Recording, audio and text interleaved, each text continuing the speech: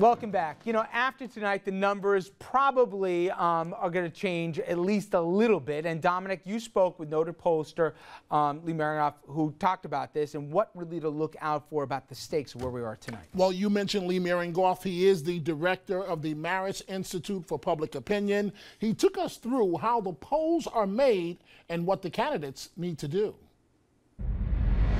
The race is not over by any stretch of the imagination. You have 3 presidential debates and 1 vice presidential debate still to come. You have get out the vote efforts. You have issues that can come on the floor, as we've only seen internationally just recently that no one thought was, you know, on this agenda for this campaign. So there's just a lot that still can happen.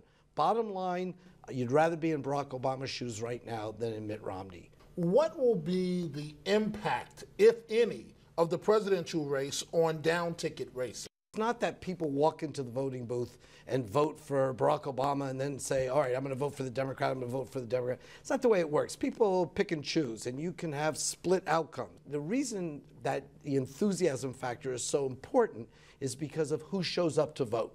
So if Obama's side steps up the enthusiasm, right now they're pretty even with Romney on just voter enthusiasm, but if they start to open up a gap on that question, or if Romney's base starts to gel, well, then that can affect turnout, and then turnout can have an impact on down-ballot races. As of right now, does President Obama have coattails? Well, see, probably not in the traditional sense. People don't vote straight tickets. So I don't think that this makes this, Obama can win and it doesn't have to be a big Democratic year. Does he carry the House of Representatives in if he wins as re-elected as president? Well, not by any stretch of the imagination. That's still a very tall order. If the Senate stays Democratic, it's probably because of a few bad races for the Republicans in some key states, like Missouri, maybe in Massachusetts, a few other places, maybe Montana, places that they were hoping to pick up a seat. I don't think that has a lot to do with Barack Obama and Mitt Romney right now. Okay.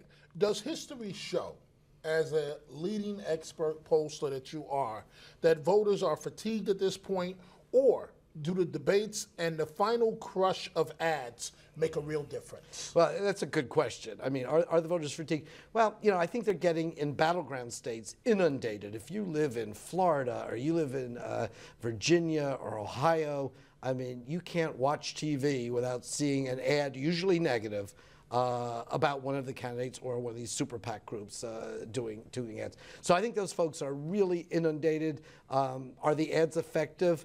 Yes, or the campaigns wouldn't be doing them. Are both sides going to hit hard right up until Election Day? Absolutely. The voter enthusiasm right now is really interesting. First of all, most voters have picked sides, and they have for quite some time. There's very few undecided voters. If you like Obama or if you like Romney, you're probably firmly committed to them at this point.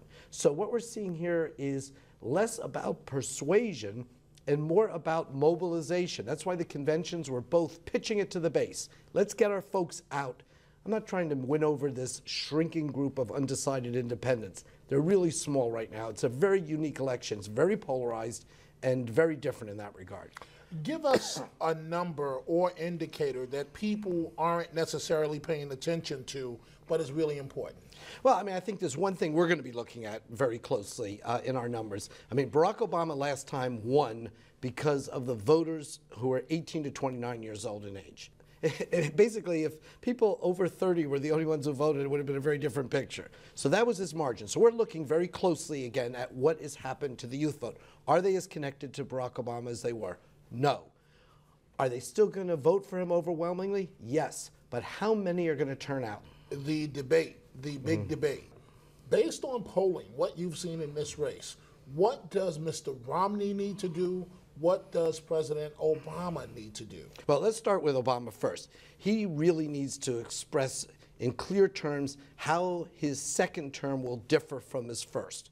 He will talk about how he's done some great things from his perspective, but yet the job is undone. Well, what parts of that job does he feel he can get done in the second term that he hasn't been able to do so far, and how will he do it?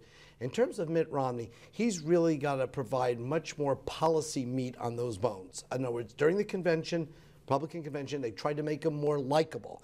that really didn't work too well. I mean, he's still kind of upside down on his favorable, unfavorables in most of our battleground state polls. What he needs to convince people about is that he's an acceptable alternative to Barack Obama, and here is a little bit more specific about what he's going to do. All right, when we come back, we got some predictions on who will and will not do well tonight. Stay with us. RFL back after this.